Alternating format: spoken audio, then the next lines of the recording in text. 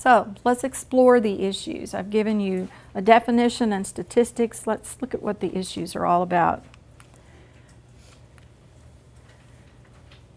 When sexual abuse occurs, there is fragmentation.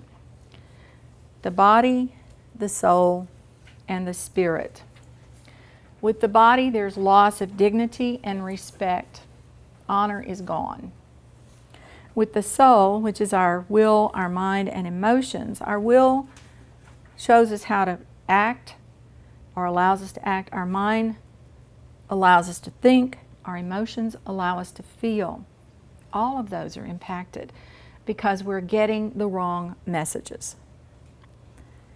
And our spirit allows us to experience life. So somewhere out there, there is that, the theology or the thinking that, well, your body and your mind were impacted, but your spirit's okay. Not true. We are spiritually impacted when abuse occurs because the spirit shuts down and becomes guarded. So God created man in His image. In the image of God, He created him, male and female. He created them. Sexual abuse uncreates what was created. The image bearer of God experiences many things: helplessness, loss of innocence, vulnerability, shame, humiliation, and powerlessness. Helplessness in that sense that they're a child. They don't have any place to go. Loss of innocence. Vulnerability. They are available to the molesting adult at some point in time on a regular basis. Shame. Shame occurs when something is done to us. Guilt occurs when we do something. But when something bad happens to us, shame is a normal reaction or response. Humiliation and powerlessness. I have no choice in this matter. I am powerless. Poor interpretations of events lead to lie-based thinking, and this is the area where Dan and I work, is looking at lie-based thinking and how can that be changed. And our approach is a little bit different. Dan's going to go over that with you in a while. But this is really what we look at, is what are the lies, where did they come from, and how can those change. Some of the lies: I am worthless, something is wrong with me, not something's wrong with that jerk, but something's wrong with me. I am evil, I am dirty, it is my fault, I am the only one. This is the trigger here, the trick. I'm the only one. And this is what helps us keep it silent, is because we believe I'm the only one. I believed that I was the only one. So I left my dad and my mom in charge of my daughter. Not a smart thing. My dad molested my daughter. But the belief was, I'm the only one. You know, why would he touch somebody else? I'm the only one. Nothing ever changes. So we get stuck in that place of believing that things cannot change. I am unlovable. One of the deep seeds for me was that. And I think we did It's My Fault twice. Okay. I should die. When you are powerless and helpless, ultimately, that's where you go. I just need to die. This would be over. The pain would be gone if I would die. The underlying emotions are expressed as hypervigilance, anger, fear, insomnia, difficulty concentrating, and dissociation. Hypervigilance means being on guard all the time. All the time. And it's a terrible thing to live your life that way, where there is no trust, there is no possibility of connecting with someone else who's going to understand where you're coming from. Anger, obviously fear, not being able to sleep. Oftentimes the abuse occurs at night. And if you have to be hypervigilant at night, you don't get to sleep. Difficulty concentrating and dissociation. Dissociation is a circumstance that redirects the pain, allows us to redirect the pain. It's a defense of children who are overwhelmed during a traumatic event, and they become the fly on the wall. And so from being in that position, you can watch what's happening, but you don't have to experience the emotion associated with what's happening, and it is a safe place. It's a God-given opportunity for us to escape for a period of time the pain. Masking behaviors for pain, we're all familiar with these. Addictions to drug, alcohol, gambling. Those drugs and alcohol help us to numb the pain. Depression, kind of falling off the edge. Don't know how to deal with this, I'm just going to disconnect. Suicidal thoughts sometimes go with that depression. Again, back to this, I just need to die. Aggression is on the anger end.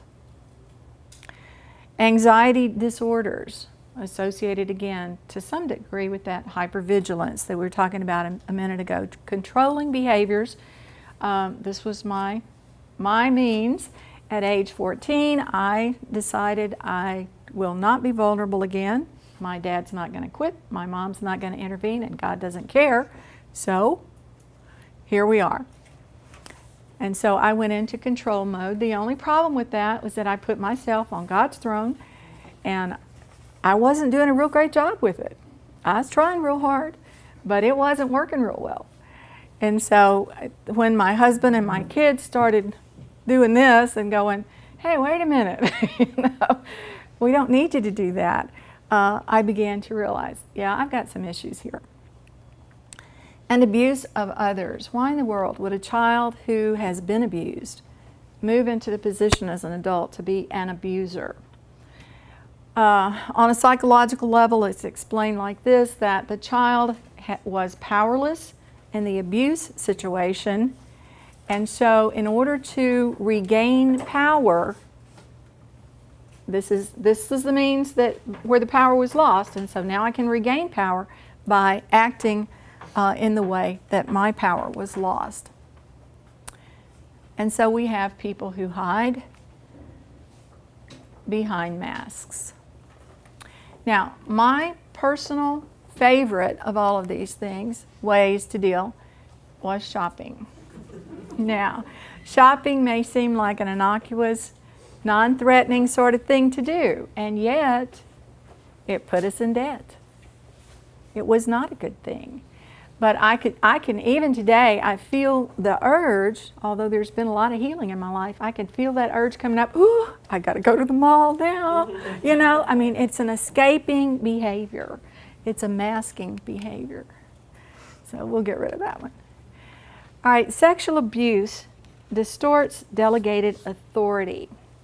What is a parent's role in the life of a child? Protection. Provide. Love. Trust. Building trust. Yes, being trustworthy. So, when 80% of the victims are abused by family members and 19% are abused by other trusted adults, yeah. Whoa, here we are, you know. And so this by the Child Custody Protection Act. The statistics are just incredible. And that 29% of all forcible rapes occur when the victim is less than 11 years old. We can't even imagine that. And yet a number of us in this room have experienced that.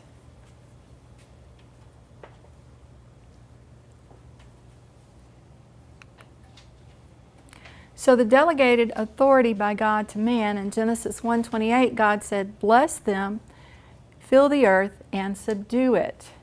Well, there's that word subdue. But the word subdue, delegated to man, the authority to rule over. Leadership as an act of service, to rule over the same way God rules over us, not with an iron hand, not with abuse, but with leadership and love and protection, all those things that you were saying. So this is not what God intended. Sexual abuse is a profound illustration of malicious leadership. Now, we're talking about the abused today. The abusers have issues. Okay? They didn't get there without issues, something happening in their lives. So we're not, bashing those people, but we want to talk about what happens with the kids. And this is malicious leadership. There are some just mean people out there, but there are a lot more wounded people out there.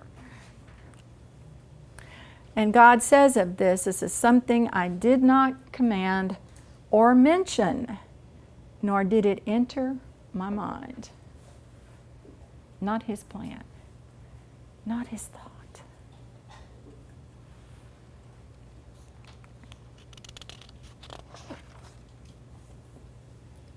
The results of abused authority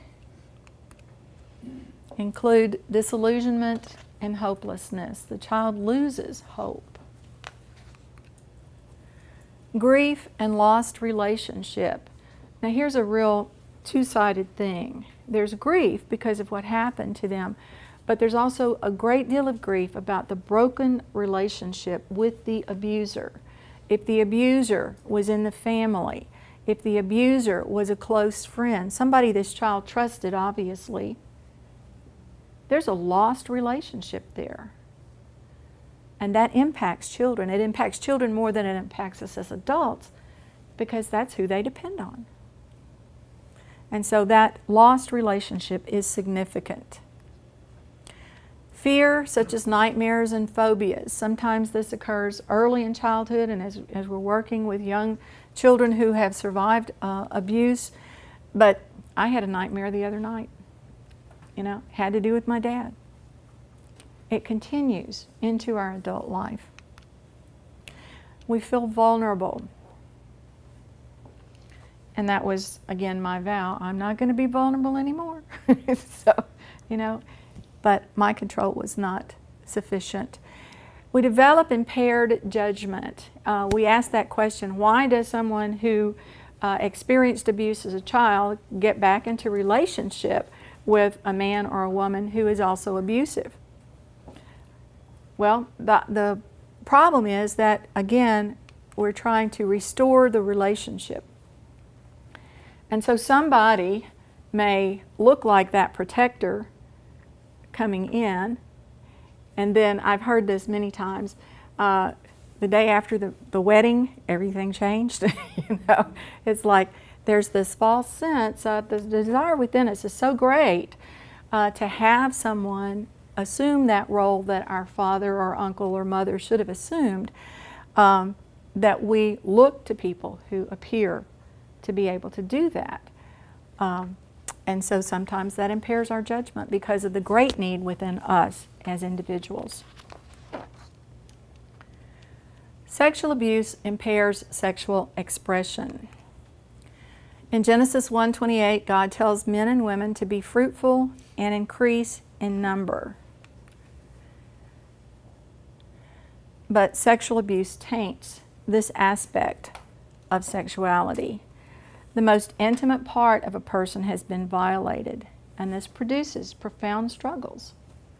What I do with this? It was not an okay thing with Dad. It was not an okay thing with Uncle Joe. It was not an okay thing with Aunt Mary. So how do I respond then to somebody that I think loves me? How do I do that? I don't know. And we work at it, but a lot of times we don't do it well because of fear. The results, there's a sense of self that is totally undermined. Self-hatred is something that we see on a regular basis. Emotional development is stymied, and confusion about mature sexual relationship is overwhelming. The emotional development is stymied we get stuck emotionally as that 7-year-old or that 8-year-old or the 3-year-old. And so it's like, what do I do with this? So we get stuck in those things and we try to grow up, but it's hard. It's not easy. And if we can't talk about it, it's surely not easy. Confusion about mature sexual relationships becomes overwhelming. And when your partner is expecting something from you and you can't give it, it's going to cause conflict, because what happens generally is they feel rejected. You're confused, they're rejected, and so there we are. We've got the stage for lots of misunderstanding. Tainted beliefs take root.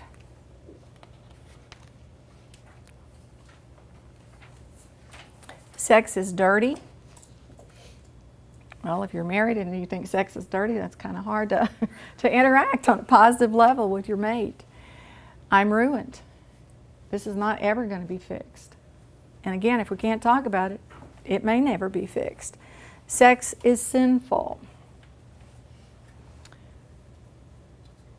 I have one client whose fiance would do awful things to her, and then he would quote scripture. And it's like, hello. And so she's a little confused. I'm not normal. Sex hurts.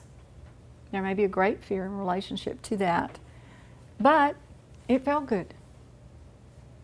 And so there's that confusion about the normal, natural, built-in response that God gave us of feeling good in relationship to sexual activity, and yet sex is sinful. Confusion. Something is wrong with me. We hear that all the time. And I'm sure you do too.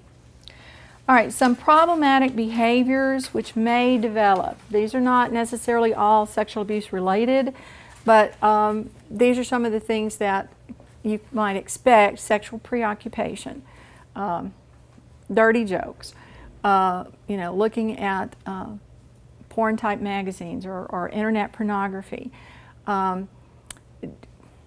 sex talk, flirty things that are inappropriate. Those sorts of things can become sexual preoccupation expression. Mistaking sex for affection or intimacy. Now this is a big deal. It's like, okay, I want to be intimate with this person, so the way to do that is be sexual with this person. Well, sexuality is important, but it may or may not have anything to do with intimacy. And so there's that great big question mark with that. Masturbation. You'll almost always see this in a child who has been sexually molested. The touching will go on, and it will be at an inappropriate times because, again, they're immature. And so they don't know. They just know that, yeah, physically that felt good, and so I want to feel good again, or I'm anxious or I'm frustrated, and so I'm going to release the tension that goes with that sense of sexuality, and so masturbation occurs. Self-mutilation is cutting, burning. There are a lot of different things that go along with that, but that has to do with this pain helps to release this pain. And I'd rather feel this than this. Yeah. Aversion to sex, you can imagine that would happen. And then homosexuality. With homosexuality, a woman may feel like men aren't safe, not going there, but I do want companionship and I do want to be loved. And so here comes someone who's offering that, so we fall into that kind of relationship. Or there may be just simple misconceptions about their own personal sexuality. Who am I as a woman? Who am I as a man? And not understanding that because the distortions came early on, then homosexuality seems to be a situation that is helpful.